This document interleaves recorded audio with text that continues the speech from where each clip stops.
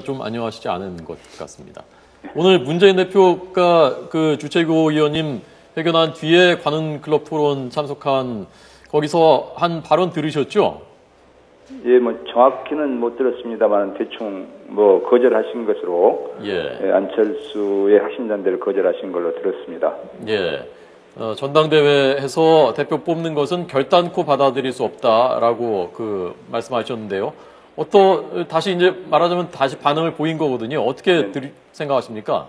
제가 어제도 제가 뭐 사퇴를 염두에 두고 마지막으로 문재인 대표에게 제 사퇴 입장을 표명하는 것이 도리일 것 같아서 독대를 요청했고 한 80분간 같이 만나면서 문재인 대표 아니가 어떻게든지 안철수의 탈당만큼은 막아야 된다. 그래야 우리 당의 파국을 막을 수 있다. 그렇게 하기 위해서는 중앙위원회에서 해서 모든 걸 해결하는 것보다는 어쨌든 한번 전당대회를 열어줬으면 좋겠다. 그게 안철수의 파국을 막는 것이다.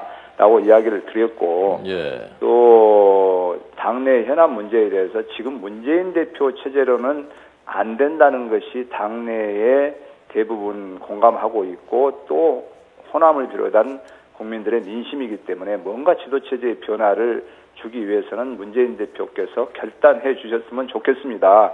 라는 두 가지를 요청을 했는데 부정적으로 받아들여져서 오늘 제가 이렇게 사퇴까지 이르게 됐습니다. 예. 그러면요, 최고위원님 어떻게 하실 겁니까? 최고위원님이 극단적으로 탈당할 가능성도 있는 겁니까? 저는 지금까지 쭉 지도부에 있으면서 야당은 분열해서 망한다. 절대 분당돼서는 안 된다.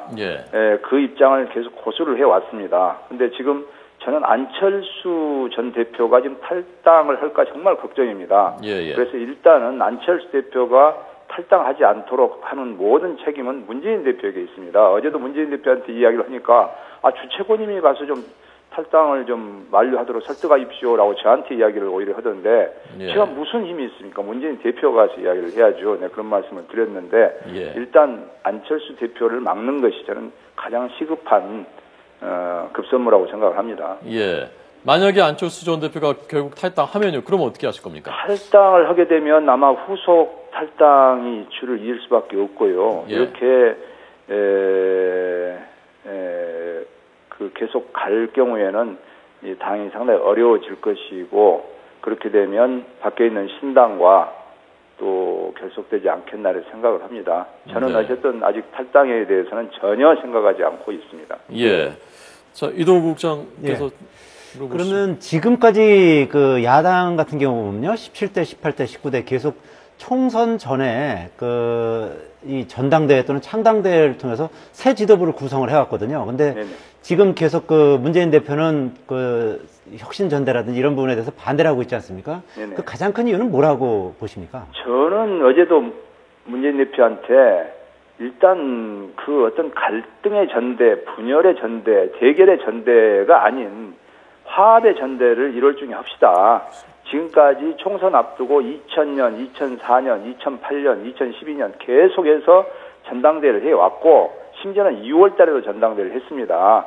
그러니까 저는 당명도 이번 기회에 바꾸면서 정말 문화적인 행사를 겉들인 서로 사전에 타협과 조율을 통한 대표를 뽑읍시다. 이번 뽑히는 대표는 3개월짜리 대표입니다. 4월 달까지. 그렇기 때문에 문재인 대표하고 안철수 대표는 각각 나오시지 않는 게 좋을 것 같고 상처를 입을 수밖에 없기 때문에 그리고 서로 친노, 비노, 주류와 비주류가 추천하는 한 3명씩의 대표급들로 해서 비상대책위원을 구성해서 그것을 전당대회에서 초대받고 그 지도부가 3개월 동안만 총선을 치르는 역할을 합시다. 이렇게 전대를 치르자고 했는데 그것마저도 거절하시더라고요. 그러면 박명호 교수님.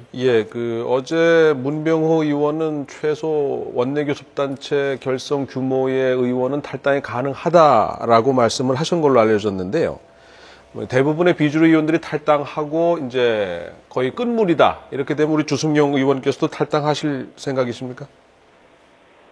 그것은 정치는 생물이기 때문에 제가 탈당하지 않겠다라는 말씀은 안 드리겠습니다. 하지만 절대 당이 저는 언제든지 다시 또 이렇게 헤어졌다가 다시 만날 수도 있는 것도 정치이기 때문에 문병호 의원께서 뭐 20명, 30명인가는 잘 모르겠습니다. 어느 정도 될는지 모르겠습니다만 하여튼 제가 지도부는 물러났지만은 지도부에 있었던 사람으로서 최소한 분당이 되지 않도록 탈당이 이루어지지 않도록 최선의 노력은 다 하고 저는 이것이 안 됐을 경우에는 저도 그런 감당은 제가 뭐라고 말씀드리기가 아주 어렵습니다. 예, 알겠습니다.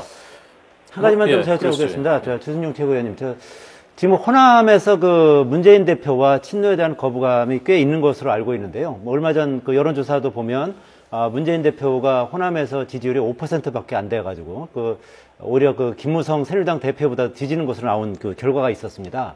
이렇게 그 호남에서 이 친노와 그리고 문재인 대표에 대한 어떤 거부감이랄까 이런 것이 팽배한 이유는 뭐라고 보십니까?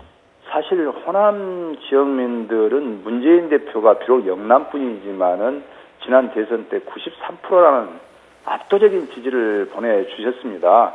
그랬는데도 불구하고 대선에서 패배하고 또 우리 당의 당대표를 맡으면서 지난 4.29 재보궐선거에서 정말 강주에서 참패를 했다는 것은 일단은 문재인 대표에 대한 그 민심의 경고등을 켰다라고 생각을 하고 그런데 호남 민심을 제대로 읽지 못하고 계속해서 뭐 국민과 함께 꿋꿋이 나아가겠다는 등 이렇게 너무 안일하게 상황 판단을 하고 계신 것이 호남의 어떤 계속적인 지지를 얻지 못하는 이유가 아닌가 이렇게 생각합니다. 예, 알겠습니다. 주승용 최고위원에게 들었습니다. 고맙습니다. 네, 감사합니다.